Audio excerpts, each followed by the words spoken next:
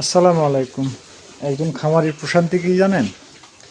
যখন এই শখের গরুগুলো নির্বিঘ্নে খেতে থাকে, তখন একটা খামারির মন অবশ্যই ভরে যায়, বুঝছেন?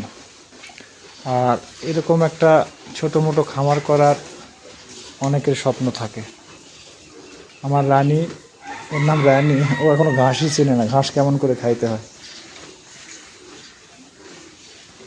ওরা সবাই খাচ্ছে যে যার মতো। আমাদের টেডি বড় হয়ে গেল, ও লাম্পি থেকে পুরোপুরি সুস্থ। আমাদের ছুটকি কবে গরম হবে জানি না। আমার শ্বশুরবাড়ি গরু এটা, আমার বউকে দিছে তার বাবা মা। এখন আলহামদুলিল্লাহ, এখন মোটামুটি অনেকগুলো গরু গাভিন। তাদেরকে গোসল দেওয়ার পরে দুপুরে ঘাস খেতে দেওয়া হয়।